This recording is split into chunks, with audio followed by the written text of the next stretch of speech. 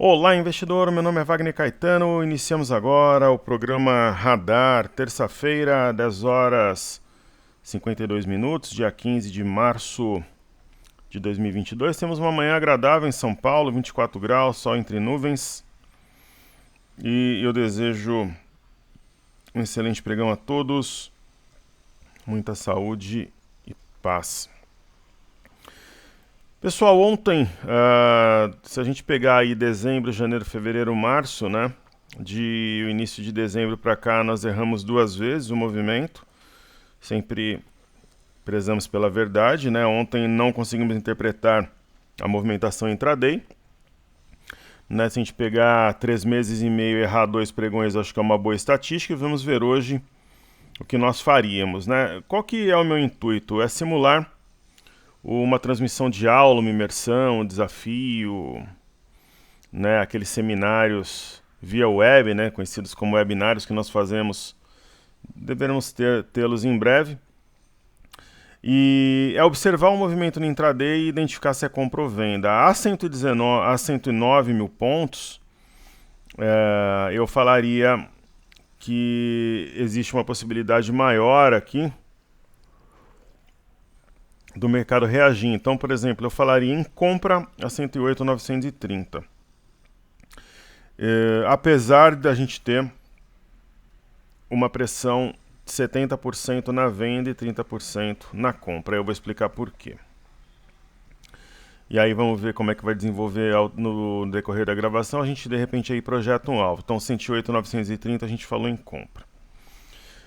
O primeiro motivo, né, se nós estivéssemos numa aula, alguma coisa do gênero, é que o mini índice está longe da média de 21. Então a média de 21 está nos 111 mil pontos, o mini índice está negociando abaixo de 109.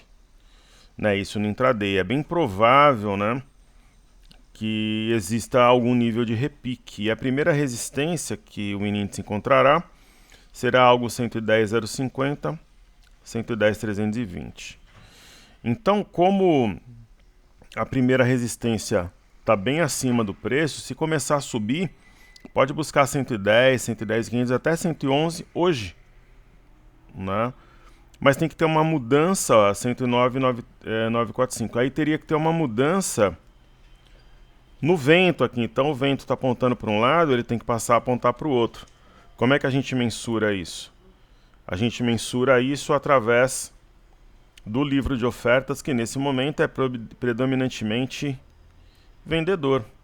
Mas a gente pode mensurar através do livro de ofertas e vendo se existe algum sinal no gráfico, né, especial em tempos curtos, como 15 minutos.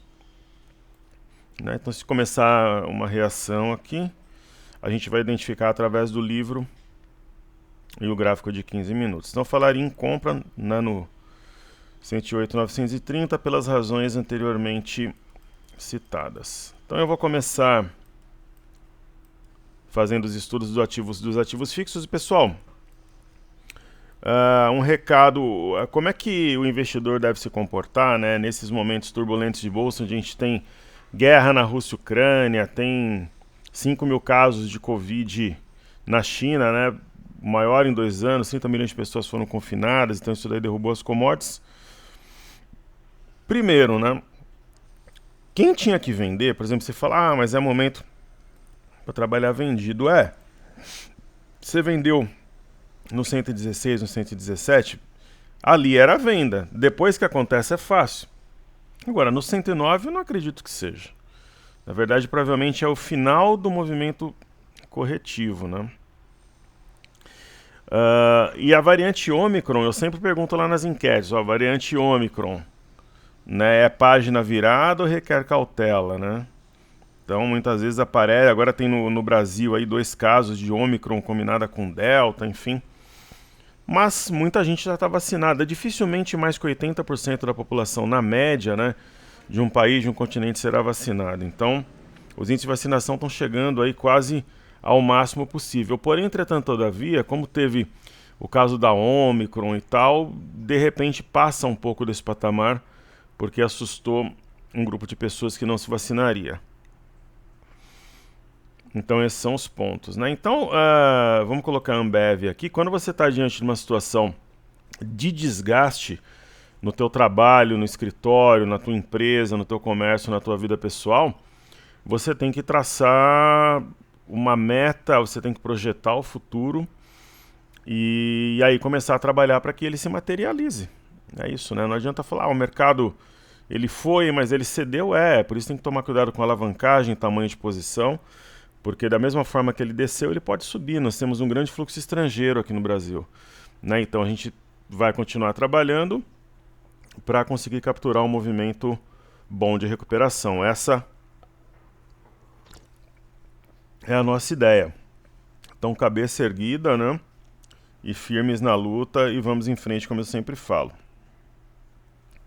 Por exemplo, um ativo como a Ambev, né? Que eu critiquei nos últimos pregões, falando que é um ativo lento, aquela coisa toda, ele é. Porém, pessoal, tudo muda, né? Tudo passa, sendo positivo ou negativo, tudo passa. E essa onda vendedora em Ambev, no meu entendimento, passou, né? E existe um sinal no gráfico que indica alguma coisa nesse sentido. Por quê? O ativo parou de cair. Ele cravou um fundo a 13,22. Ele tentou penetrar o 13,22 no pregão do dia 11 do 3. Só que a compra falou, olha, eu tô aqui. Né? Formou-se um arame fora da banda, dentro da banda, e um rompimento falso 13,22. É uma situação de compra, né? Porque mudou a rota do ativo. Né? Aí a gente pode falar de B3SA3. B3SA3 é um ativo complexo, muitas vezes ela trabalha na contramão do mercado. B3, ela oscila entre dados maravilhosos, uma concorrente que vai vir para o Brasil que eu já ouço há 10 anos. São N fatores, né? E, por exemplo, a R$15, o ativo montando um topo mais baixo que o anterior, eu não seria comprador.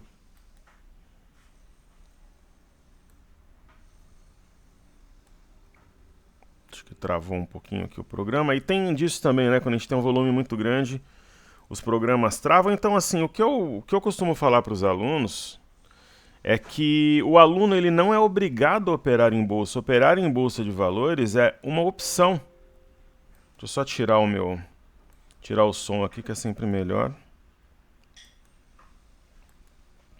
Então, quando você escolhe, né, operar em bolsa, em renda variável, você faz uma opção por isso, né? Então, quais que são os parâmetros aqui que o professor ensina a vocês? Nunca botar um dinheiro de herança na bolsa ou vender o teu automóvel. Isso é um absurdo. Eu vejo pessoas, inclusive pessoas que eu até tenho algum grau de admiração, falando, não, você vende teu carro, tua casa, bota em tal ativo, pega um dinheiro emprestado, nunca, né? Dinheiro com agiota, com parente, operar dinheiro de companheiro de trabalho. Então o que é o dinheiro na bolsa? É o excedente, trabalhando de forma inteligente, tomando cuidado com a alavancagem. Então, por exemplo, para quem esperava um momento importante para operar, você não pode comprar o ativo aqui, sendo que ela está sinalizando topo duplo, né?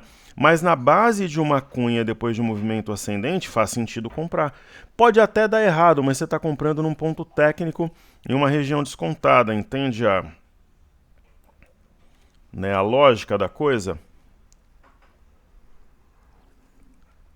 Um exemplo recente, hoje eu estou tomando o meu Monster Juice de manga. Por exemplo, pagou dividendos aqui, distorce um pouco o gráfico, né? Então eu pego um ativo,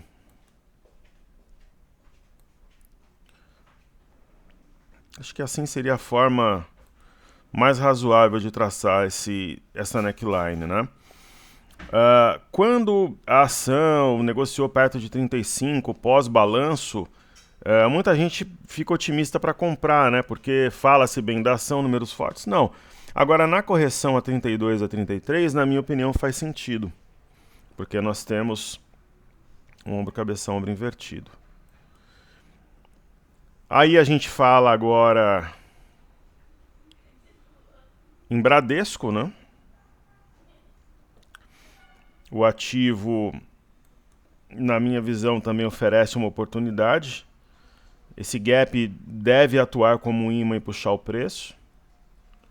E tem a ideia aqui de um mastro-bandeira, uma correção leve, né, praticamente lateral depois de um movimento de alta. E foi acionado um ombro cabeça-ombro em Itaúsa, mas olha que interessante, além de acionar um ombro cabeça-ombro de maneira falsa, né, houve uma reação acionando o martelo montado no dia 8, né, a 965, através de uma barra elefante, o negócio inverteu aqui. Então, nós tínhamos um ombro cabeça-ombro, agora a gente tem um ombro cabeça-ombro invertido.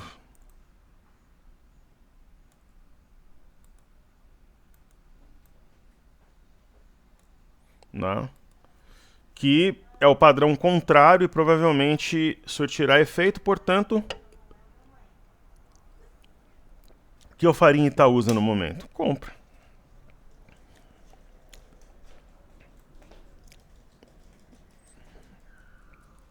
E aí nós temos Itube, né?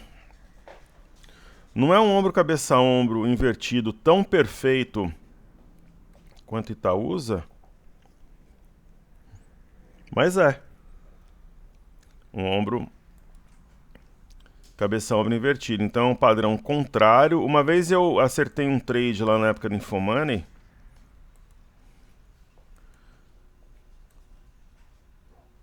né? Que era, só que o movimento ele era mais amplo, né? Mas a gente identificou um movimento contrário e nós fomos muito bem numa operação que naquele momento foi feita em hipermarcas. Eu lembro que eu somei o lucro dessa operação com hipermarcas. Foram 3 operações, só que não foram tão conhecidas. A da Gerdau ficou mais conhecida, da JHSF depois, mas eu lembro que eu somei o lucro dessa operação com hipermarcas, uma operação que a gente fez em Banco do Brasil e uma que foi sofrida em Embraer, e na época eu comprei um HB20 daquele cross esportivo e tal. Bons tempos, né? Porque hoje eu particularmente acredito no sistema, digamos assim, do mercado financeiro, né?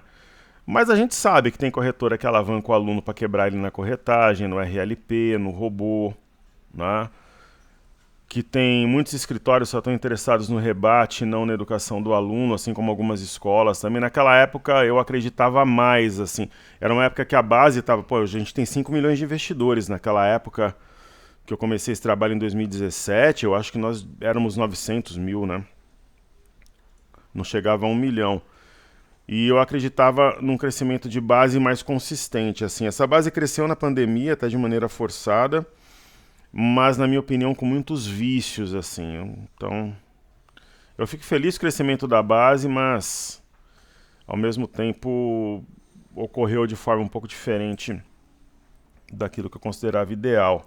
Então, digamos que naquela época eu era mais idealista e sonhador do que eu sou hoje, apesar que hoje em dia estou sempre animado, disposto ao trabalho e faço o meu papel. Mas muita coisa aconteceu de forma muito célere e menos consistente do que eu acho que seria importante.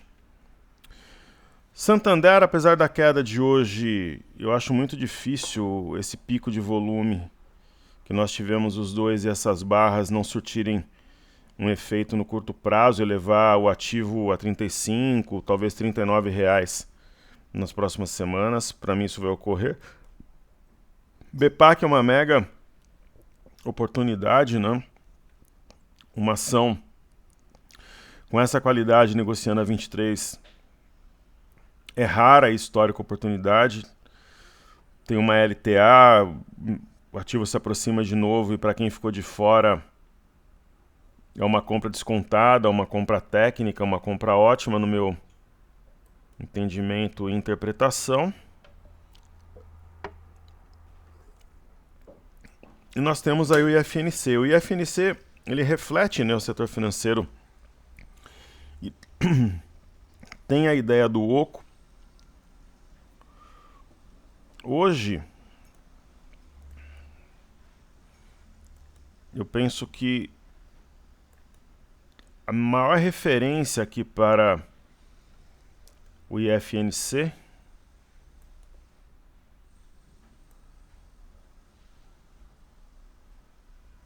essa LTB. Ela é o grande divisor de águas, aí se ela for rompida, ela pode sim colocar o IFNC num patamar, num território comprador e antecipar até um movimento explosivo dos ativos. Aí nós temos o IMAT a seguir. O IMAT, ele fez o que a gente não gostaria, que é o acionamento de um topo duplo. Só vai realmente reagir se trabalhar acima de 63,79, que é a mínima do dia 9 de março. Né? Não é à toa que o IMAT está caindo forte, né? Porque a gente pega aqui o minério, é que de manhã, né, o minério futuro, porque tem a diferença de fuso horário, né, negociado na semana, para vocês terem uma ideia, ele acumula uma queda de 11,74, né? Então você pega aqui no gráfico diário, 7,27, 5,85, é porque começa a contar, o fuso horário é diferente, né? Então,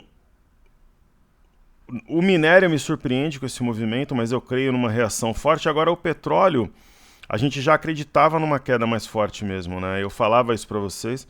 E olha que loucura, pessoal. O petróleo, por exemplo, negociado o Brent, ele chegou a bater 1,38, tá 98, né? Para mim é uma antecipação ou de um cessar-fogo, de um acordo de paz, de um arrefecimento entre Rússia e Ucrânia, porque subiu na esteira desse fenômeno, né? E nós comentávamos, né, que aqui era um sinal de topo e que dificilmente essa barra não seria, se não duplicada, quase isso, né, do dia 10 de março. Então, o petróleo, por exemplo, aqui o WTI, quando ele perdeu 103,63, acionou um pivô de baixa. Vamos ver em que ponto ele encontra o equilíbrio. Então, é natural que nós tenhamos um movimento corretivo aí no IMAT.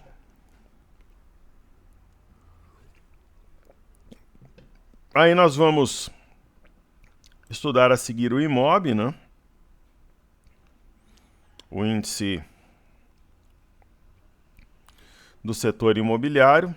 Continua em um movimento de pullback numa LTB que outrora foi rompida, mas o movimento não prosperou. Por exemplo, hoje,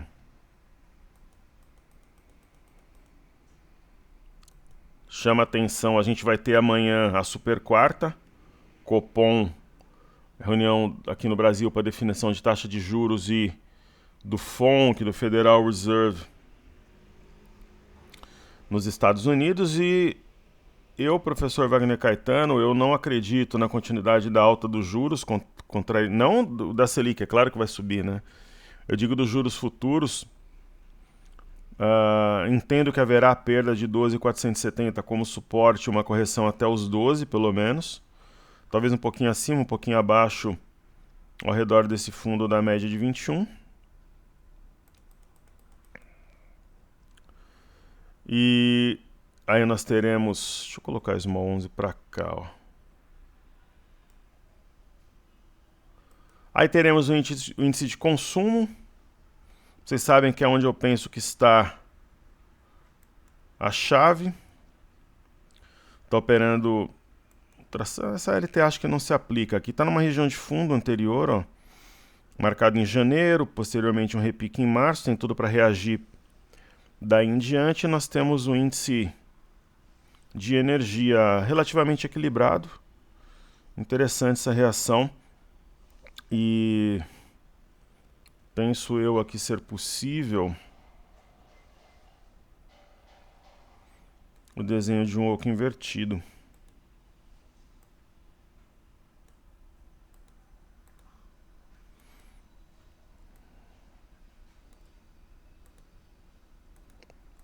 no índice do setor de energia. Aí Small 11 ainda não fechou o pregão, mas está perdendo a base de um triângulo. O que eu faria? Eu vou atualizar esse suporte imediato, né? O ponto aqui 105 bola a bola, como diz o pessoal mais antigo, né? Região onde a formação de um fundo é muito provável. Eu traçaria algo do gênero assim também. Ó, aqui, pessoal, eu vou deixar reforçado, há uma linha de retorno, né? Então, interpretação minha, pessoal, minha visão dos fatos é que haverá a formação de um fundo por aí, um fundo forte. Então, por exemplo, aquele investidor, ele quer capturar o investidor, movimento de small caps de uma forma mais simplificada, sem investir num fundo, ter N etapas aí para ele fazer esse investimento. Small 11 é uma forma simples de fazê-lo, né? A Petrobras, movimento natural, perda da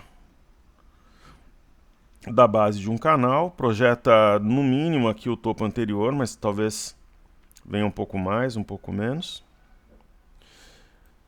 Mas, por exemplo, se o cenário como um todo estiver positivo, mesmo o minério tendo desabado, eu não acredito, por exemplo, que a Petrobras o faça também, talvez mais por questões internas aí de controle de combustíveis, ao mesmo tempo que o governo diz que não vai interferir, critica o presidente da Petrobras, a empresa publicamente, é um negócio maluco.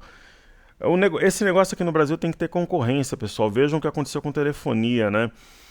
Telefonia fixa, móvel, internet fibra convencional, a TV a cabo ou via fibra podem não ser perfeitas no Brasil, mas se você comparar alguns anos atrás, é um outro planeta, né? Melhorou muito com a concorrência. Então, você tem empresas menores e tem as gigantes Oi, Vivo, Claro, né? Existe uma concorrência e melhorou muito preço, qualidade, possibilidades, né? E por que não, né, no negócio de petróleo ocorrer algo do gênero, né? Então, enquanto não ocorrer, vai ser isso, né? Esse populismo, enfim. Então, houve um rompimento falso de 102,59. Pivô de baixa acionado 92,56, fechou o gap. Então esse é um típico gap de área, fechado rapidamente. Aqui eu marquei topo, fundo, topo, acionou o pivô, fechou o gap. A 87,39 eu penso que ela fica interessante para compra. Agora, se você trabalha de forma estritamente técnica e muitas vezes abre mão de uma entrada esperando aquilo que é mais técnico, a compra ficaria aqui num teste da LTA. Mas e se não testar? E começa a subir e você fica de fora. Talvez faça sentido iniciar um processo de compra nesse patamar, né? A gente vai ter China 11, que caiu, né, na esteira do gigante asiático. Penso que é uma situação que faz mais sentido uma compra do que uma venda nesse patamar. Dólar. Não, o dólar, ele desenhou aqui um mini W, né, ó, fundo, eixo a 506,500, alcançou o objetivo. 5152, se eu tivesse comprado, seria o meu stop. Ou eu poderia colocar também abaixo do 5155, 5152, por quê? Porque está com cara de topo duplo isso aqui, né? Tá um cara de topo duplo. E se houver um topo duplo no dólar, eu creio que a bolsa reaja positivamente, talvez subindo até os 110 hoje, 110,500. Então nós temos aqui um topo. Temos aqui outro topo. Né? Tá com cara de topo duplo.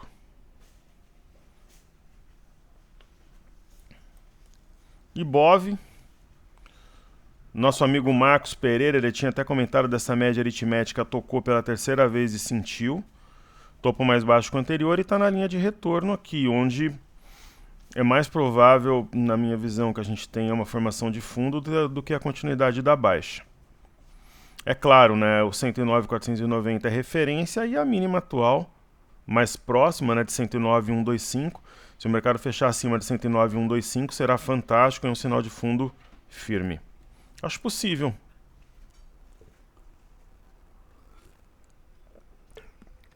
O BOVA11 é a mesma coisa, né? É claro que esse ombro, cabeça ombro invertido, foi desconfigurado. Né? Aqui a gente tem o topo anterior, a 105.41. E esse fundo atual aqui, a 105.10. Seria muito interessante um fechamento acima de 105.10. Olhando agora, né, você fala, putz, mas não vai mesmo, né, fechar acima de 105.10. Só que se começar a subir, pessoal, embala e pode fechar sim. Aí de repente um fora da banda dentro da banda, que seria muito interessante. O mini índice também, né, vem na parte baixa do alargamento. A gente falou em compra ali no 109.900 e pouco, mais ou menos no patamar que está agora, né? E está longe da média, tal, penso que pode reagir. Não tem um grande sinal de fundo, mas tem um martelete. A máxima do martelete 108.975. Como é que a gente trabalha nesse caso? Se houver o fechamento de um candle de 15 minutos acima da máxima do martelete, a 108.975, eu acredito numa reação. Por quê? Porque além de acionar esse martelete, vai fechar dentro da banda. Por essa razão. Perfeito? China. Indicadores econômicos muito bons hoje. Eu detalhei no cenário, minha interpretação é que essa barra de hoje é uma barra de exaustão. Ela marca o fim do movimento. Eu seria comprador para a Bolsa do Japão também no momento. Títulos americanos de 10 anos, há um sinal de topo A. Queda mais forte abaixo de 2,061. Talvez seja testado ainda hoje esse ponto. 2,078 foi a mínima. Os futuros americanos estão em alta, 0,55 é a alta do Dow Jones, 0,77 S&P índice Nasdaq, sobe 1,17. E o VIX, que é o índice de medo, o Volatility Index, está subindo 1,87. O fluxo estrangeiro, muitos alunos gostam, né?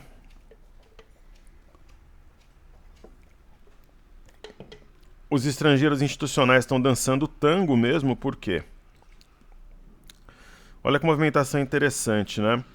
Os institucionais, os estrangeiros estavam comprados no mini índice a 192.552 contratos, baixaram para 153.390 e os institucionais estavam vendidos em 190.502, baixaram para 153.600. No caso do mercado à vista, ó, até o dia 10, 8 bi 302. E aí a gente observando, vamos dar uma olhada aqui no broadcast, o que tem de destaque, assim, pra gente comentar. Ó, minério de ferro, né? Caiu 5,23 em Qingdao, na China. Né, por causa desse lockdown no gigante asiático, mas deve ser algo temporário. Ó, a produção industrial e vendas do varejo vieram bem melhores que esperado. Ó. A produção industrial da China teve expansão interanual de 7,5% nos meses de janeiro a fevereiro, acima do aumento de 4,3% apurado em dezembro, informou o NBS. O resultado também foi superior ao crescimento de 3,5% projetado pelos economistas consultados pelo The Wall Street Journal. Já as vendas no varejo aumentaram 6,7% no país, superando a expectativa do mercado de 4,3% e o crescimento visto no último mês de 2021, 1,7%. Então, indicadores ótimos que não estão sendo embutidos no preço por causa do lockdown. E eu marquei alguns balanços para fazer a seguir, eu vou fazer. Saiu a produção industrial também, detalhei no informe cenário. Um indicador bom também, que não está sendo embutido nos preços, é o índice de preços ao produtor nos Estados Unidos. Ó. Então, o índice de preço ao produtor, o PPI, na sigla em inglês nos Estados Unidos, subiu 0,8 em fevereiro ante janeiro, segundo dados com ajustes sazonais publicados hoje pelo Departamento de Trabalho do país. Ó, onde que está o ponto alto na minha visão? O núcleo do PPI, que exclui itens mais voláteis como alimentos e energia, avançou 0,2. O consenso do mercado apontava 0,6. Então, algum arrefecimento da inflação. Perfeito.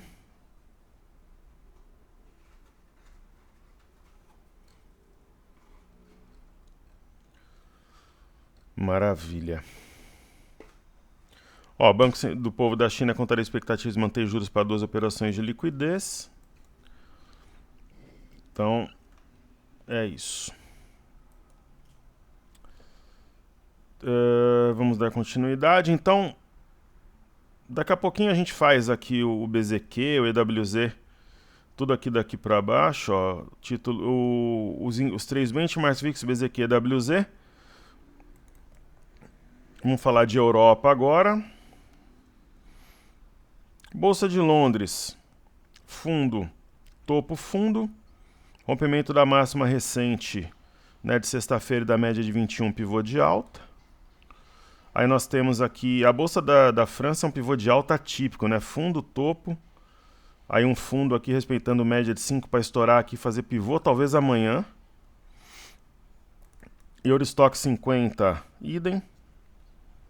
Fundo, topo, fundo, estoura aqui, mede, faz pivô, simetria, projeta uma alta substancial. Não seria uma surpresa para mim, pessoal, se nós tivermos quarta, quinta e sexta de alta. É a minha expectativa. O índice DAX é a mesma coisa, um pivô típico, né? Marca fundo, repica até a média de 21, recua até a média de 5, estoura aqui e vai embora. MME, fluxo para mercados emergentes, vem em queda, acionou um pivô de baixa na perda de 1.065. Né? O Brasil é a bola da vez, mas para os mercados emergentes o fluxo ele tem sido ruim, sim. Aqui é uma região chave, a região de 1.043, fundo marcado no semanal.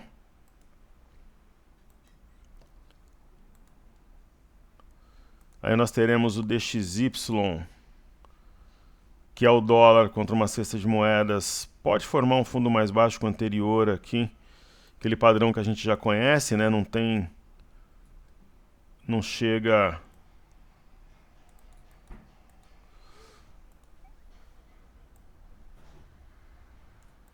né, a igualar o fundo, começa a descer, vem no eixo. Possível, mas o DXY ele é mais lento, né? Pela sua própria volatilidade histórica, e o Bovespa em dólares ele faz um movimento mais forte de correção, perdendo aqui uma LTA e está perto de uma região de suporte de um topo anterior. Pode fazer inflexionar por aqui.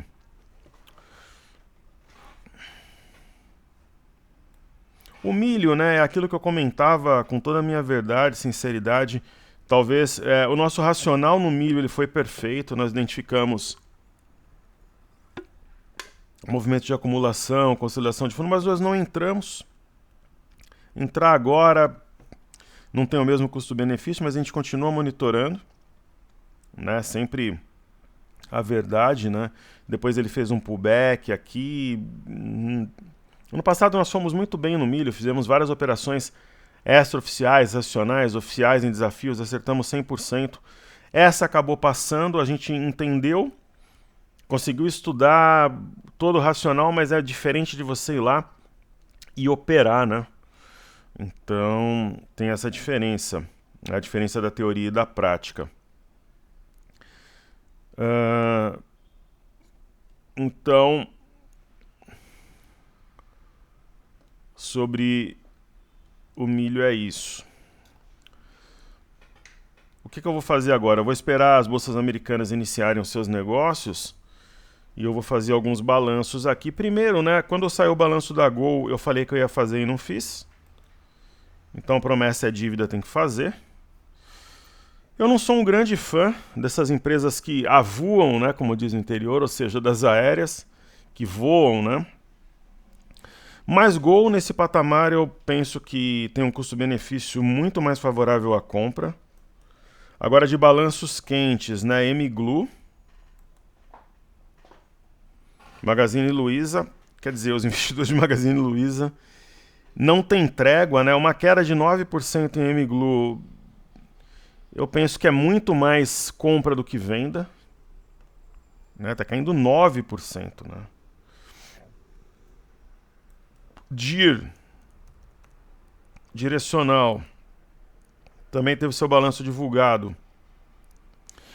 É aquela história, né? Por exemplo, se você falar para o investidor que ele tem 500 mil reais para comprar em DIR ou Magazine Luiza, quase a grande maioria, eu faço as enquetes no Instagram, então muitas vezes, pessoal, quando eu falo as coisas aqui, mesmo sendo polêmicas, eu falo com base em fatos, ou pesquisas, diálogos, ou nas enquetes, que a gente trabalha por amostragem.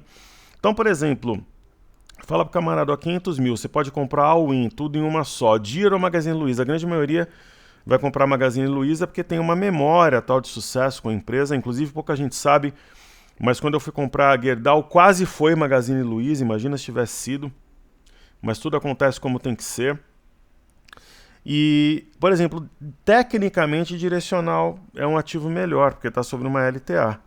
Mas fala, professor, qual que você compraria? Eu acho que eu compraria a Magazine Luiza também. Mas tecnicamente, ó, uma consolidação de fundo, com eixo aqui em cima, né? Aí nós temos Ambipar, que é uma empresa em si fantástica, né? Então, o ativo está com candles menores, tal, tecnicamente de uma forma que eu não gosto de comprar, mas por assimetria, chance de ganhar, de capturar um movimento longo e de repente se continuar caindo, cair menos, eu trabalharia na compra também. Tem a Eco-Rodovias.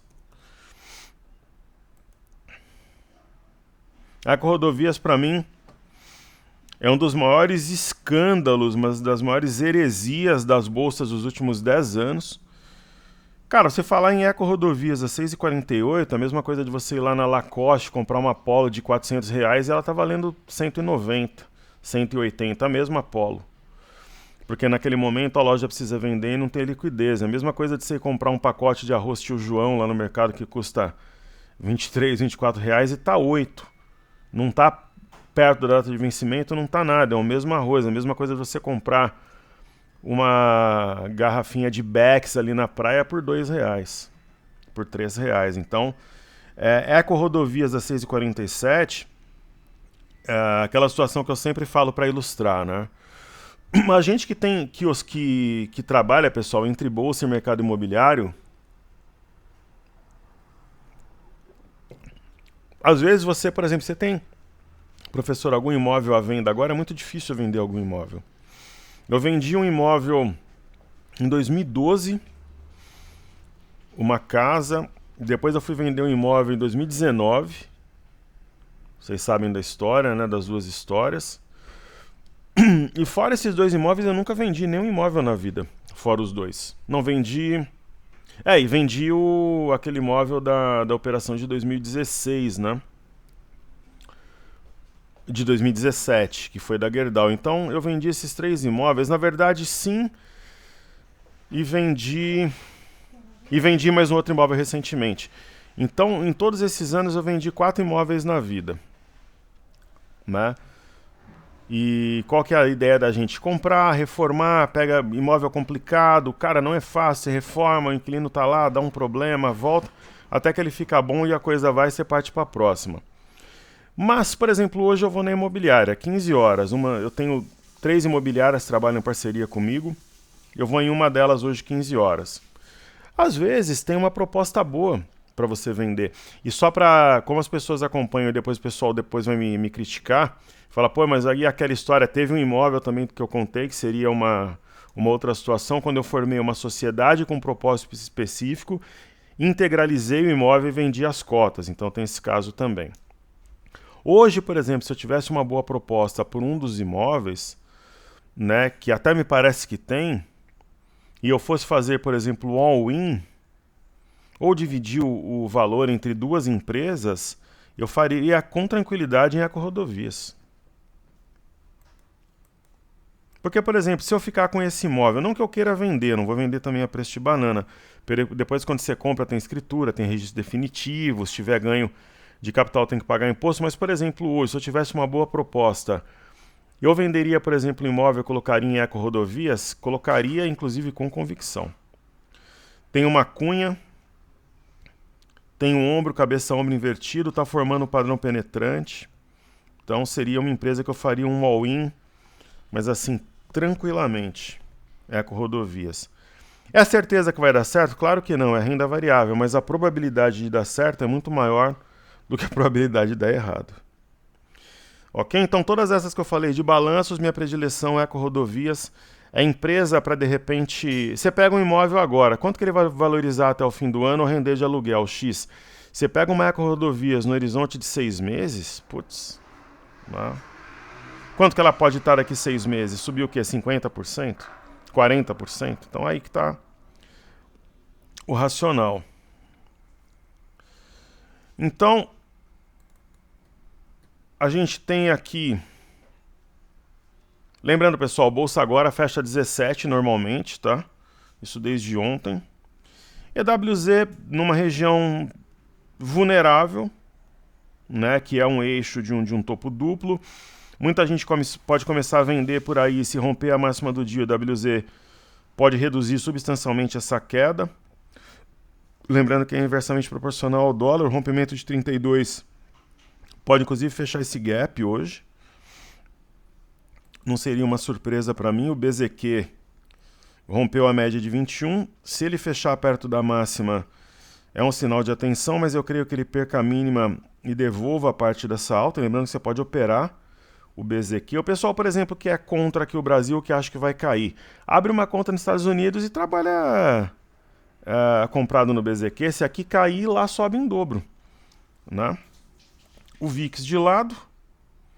Porém, eu vejo um desenho de queda no VIX.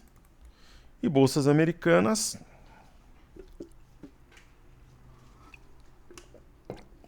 Minha interpretação, formação de fundo, ó, já tem um zigue-zague ascendente no Dow Jones. Tem no S&P. E tem no índice Nasdaq. No índice Nasdaq menos, né? Mas talvez um fundo duplo com a formação de um arame e um rompimento falso do 12.670. Para a gente finalizar, eu vou fazer os comentários ali do YouTube. Ó, nós falamos em compra perto da mínima hoje,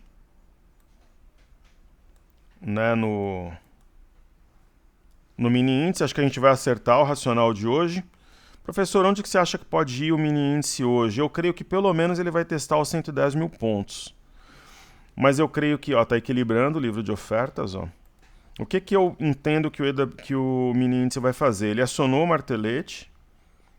Fazer assim, pessoal, sem voltar a gravação, uma gravação que não é editada nem nada, eu quero ver fazer, né?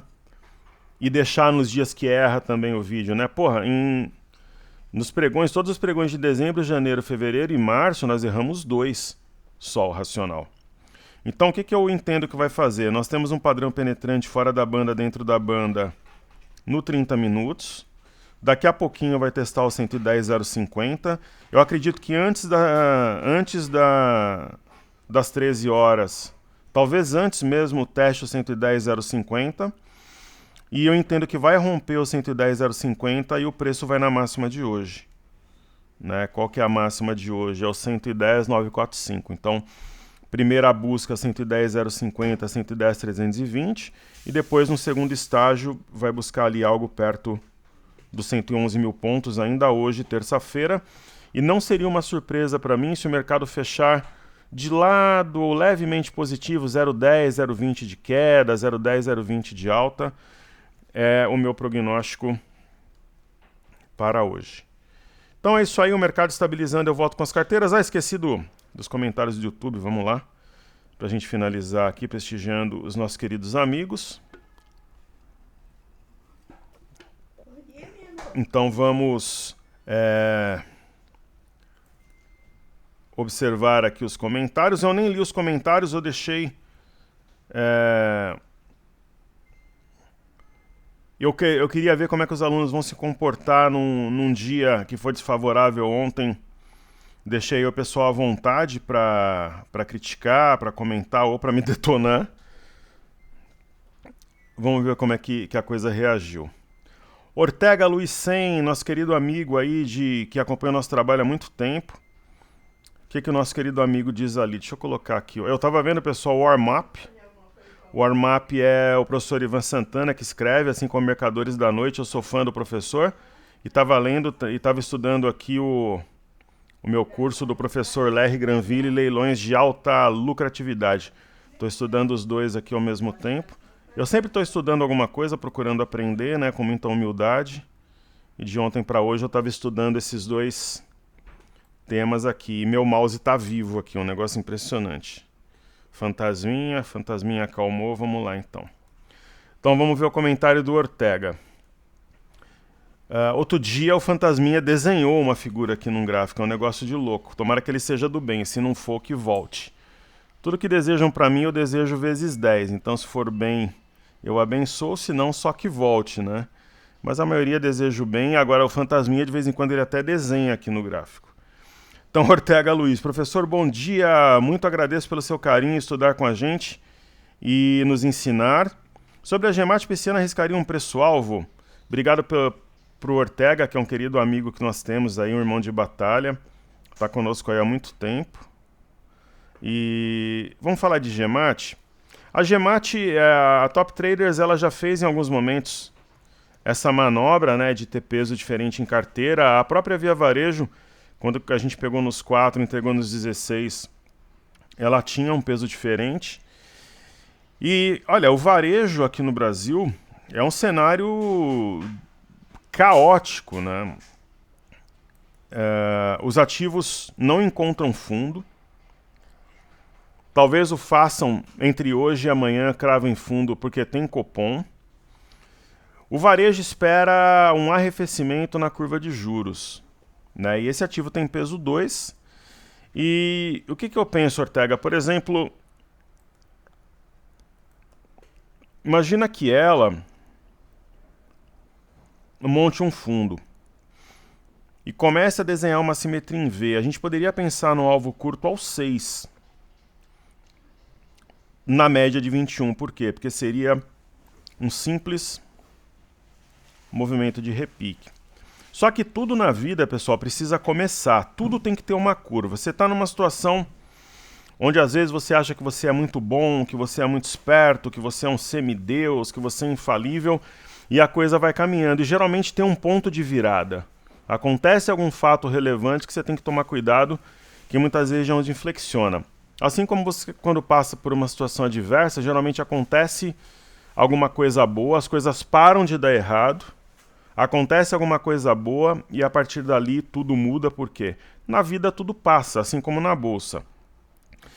Só que para um ativo líquido tal que vive uma situação macro que é comum, por exemplo, a Emiglu que a gente viu, né? Não tenha dúvida que o balanço da Magazine Luiza está impactando o Gemat, precisa começar, né? Só que não começou no varejo, precisa começar.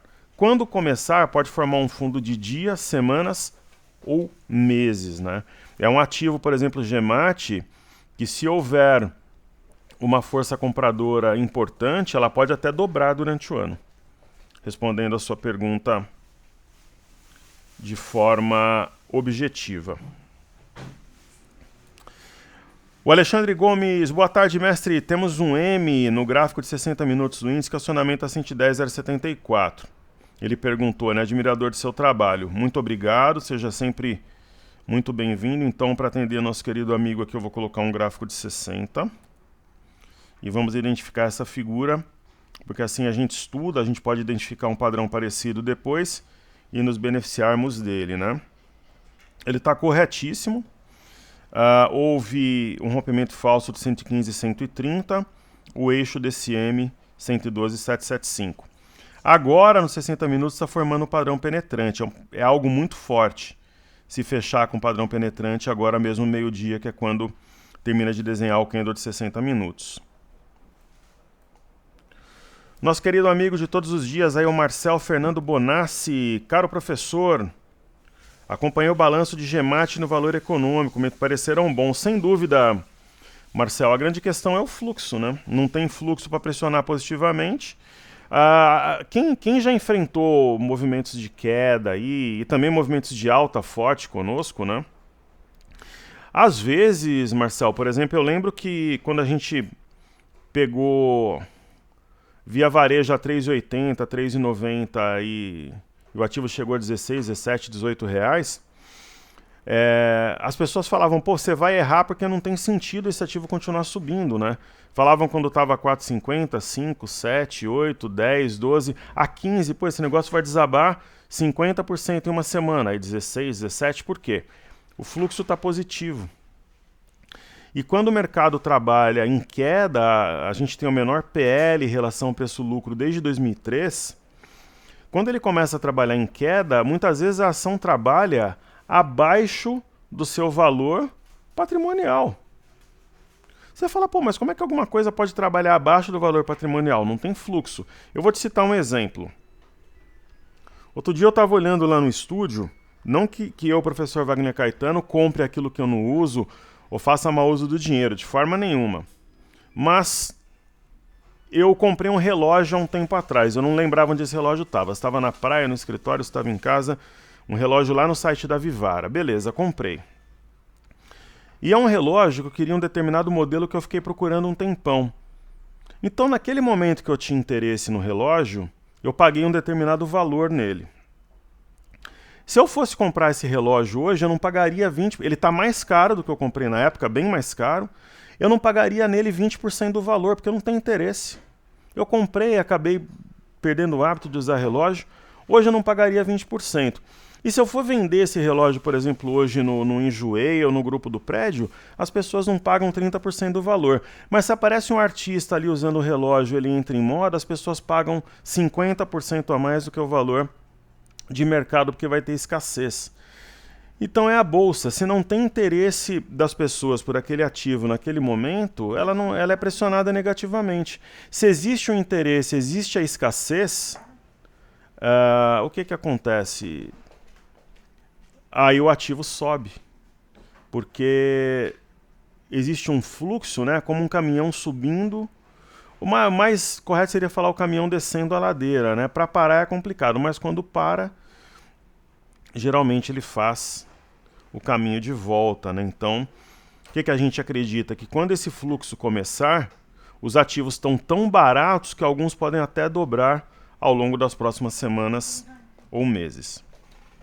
Então você está corretíssimo, querido, mas o mercado não tem punch, não tem capital grana suficiente para impactar positivamente todos os setores. Agora, a minha opinião, professor Wagner Caetano. Como agora tem queda do minério e petróleo, o capital vai se distribuir de forma mais homogênea, uniforme entre os setores. João Vinícius, nosso querido amigo aí de todos os dias, esse camarada aqui é gente boa, ó. José Cobori, esse é o meu companheiro de Expo Money em muitos anos. Jantávamos juntos, almoçávamos, é um bom profissional. Foi um querido amigo durante muito tempo, perdi contato, o Cobori deve estar em Brasília ainda, que é onde ele mora, né? É um bom profissional. Muitos jantares, almoços, tivemos o prazer. Extremamente ético, tal diferente de outros palestrantes que participavam do evento, mas esse aí, gente boa e bom profissional.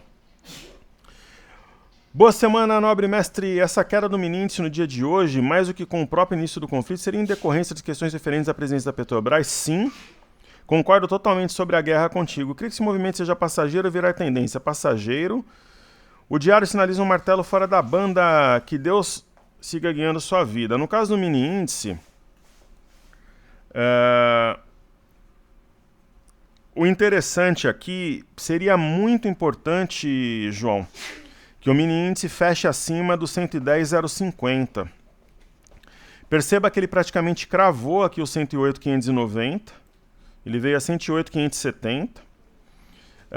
E ele veio na parte inferior de um alargamento. A chance de formar fundo nessa região, ela é real. Mas para que a gente fale, poxa, realmente vai formar fundo, precisa fechar pelo menos acima do 110,050. Né? Que quando estava lá na mínima parecia improvável, mas o mercado já está bem acima do ponto que a gente comentou que era a compra. E antes das 13 horas eu acredito no teste do 110,050. Perfeito? E seja sempre bem-vindo, você é importante aí para o canal, assim como o Wilson, o Yuri, o Marcos, Marcel, todos os queridos amigos que estão conosco na batalha. É sempre um prazer também receber o Carlos Flá, que é flamenguista, sempre inteligente, trazendo seu conhecimento compartilhado gentilmente conosco. O que o nosso querido amigo diz ali? Professor, bom dia, tudo bem? Tudo certo? Melhor agora com vocês aqui participando do canal. E pessoal, o Moro deslancha ou não, hein? E o Agripino João Dória vai ter mais ou menos que 3% dos votos? E o Eduardo Leite, né, que para mim seria um candidato forte no PSDB, no PSD, é a terceira via, sim ou não, né? Neste momento, o mercado difícil, o petróleo dispara e a Petrobras não acompanha proporcionalmente devido a vários comentários políticos referente a congelamento de preço e políticas do faz barulho para ver o que irá acontecer. Só aumentando o caos, dessa forma o índice não desenvolve. Mas quando o petróleo cai, a Petrobras acompanha a queda. Então, Carlos, essa que é a questão, né? O petróleo marcou 138, está abaixo de 100, e aí, né? As pessoas têm que avaliarem os fatos com inteligência. A principal referência, primeiro, pergunta para esses entendidos de mercado, faz só a pergunta assim para eles, ó. Queridão, você é bom pra caramba, você é expert, não é? Sou. Qual que é a principal referência para a Petrobras? O WTI negociado na NYMEX em Nova York ou o Brent negociado na AS em Londres? Geralmente a pessoa já passa. Você pega o petróleo Brent, ele negociou dia 7 de março a 1,38. O que o professor Wagner Caetano falou naquele momento? Semana que vem volta para os $100. Falei ou não falei? Quanto que está? 99,66. Por quê? Porque é um evento binário, né, que é a guerra entre Rússia e Ucrânia.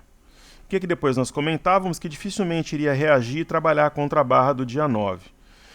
Então, $99, $95, entre 90 e $95 seria um ponto razoável de equilíbrio.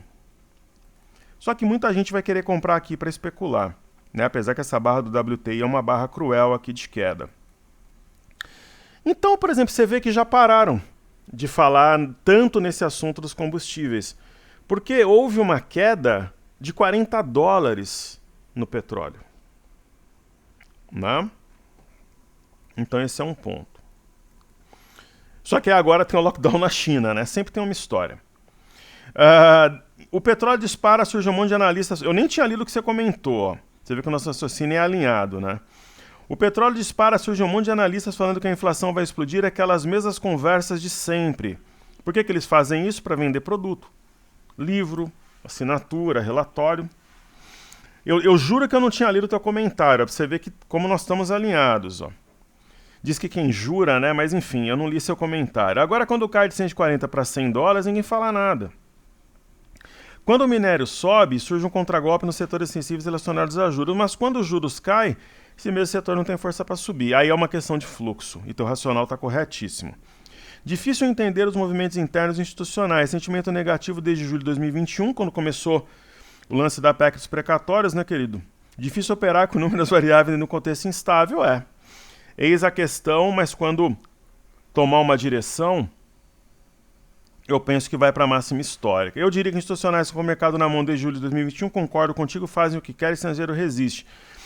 E por que eles fazem isso? Para criar o medo e vender produto. Simples assim.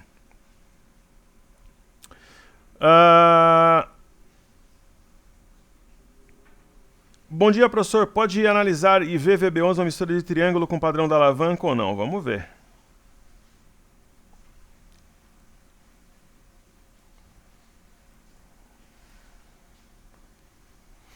Vamos ver aqui. Hoje a gente está acertando o racional do mini índice, né? Como eu comentei, né, nós De dezembro para cá, 3 meses e meio de pregão, erramos 2 vezes, só o racional no intraday. Então em VVB11 eu falaria em compra, é share do S&P, né? É uma excelente alternativa para quem não quer abrir uma conta no exterior. Compra com convicção, eu falaria. Aí nosso querido, e seja sempre bem-vindo, Wilson. Marcel Fernando Bonassi, cara professor, ainda sobre o tema, quais os fatores de confiança na GEMAT?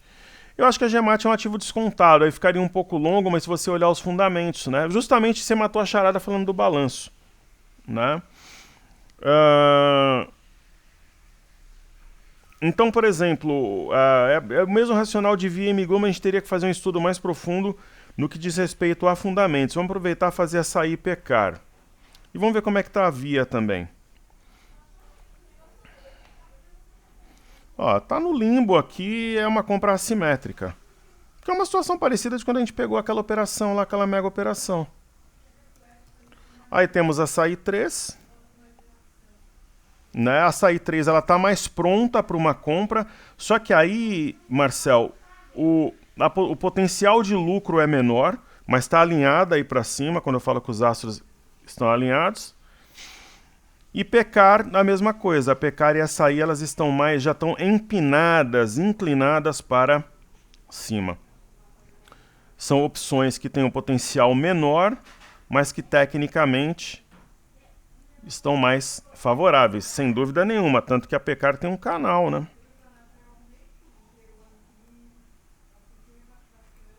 Eu, se eu, por exemplo, fosse um trader de um grande banco suíço ou norte-americano, e falassem para mim, ó, eu quero que você faça um trade de segurança, você vai ter performance e tal, comissão, vai para cima, você tem um horizonte de 2 meses para operação. Eu compraria Via, Magalu ou Pecar? Eu compraria Pecar. Mas aí você fala, ó, você tem um horizonte mais longo, é para pegar uma explosão, você tem uma situação, né, de você poder fazer um preço médio, alguma coisa, eu iria de Via ou Magalu. Então tudo depende, pessoal.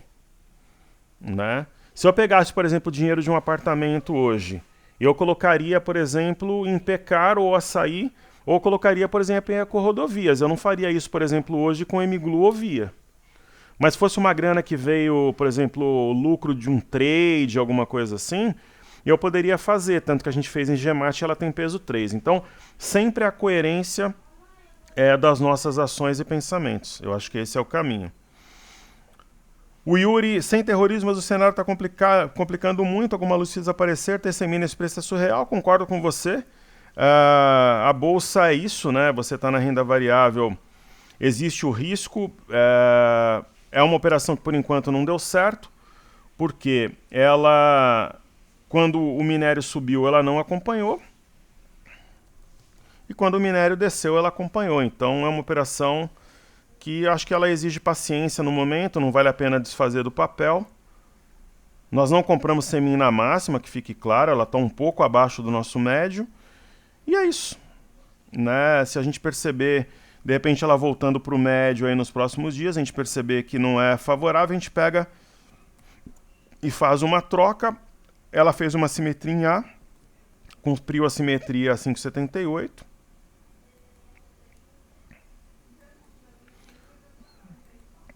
Né, 5,78 e tem tudo para fazer um fundo por aqui uma vez que cumpriu o A, né?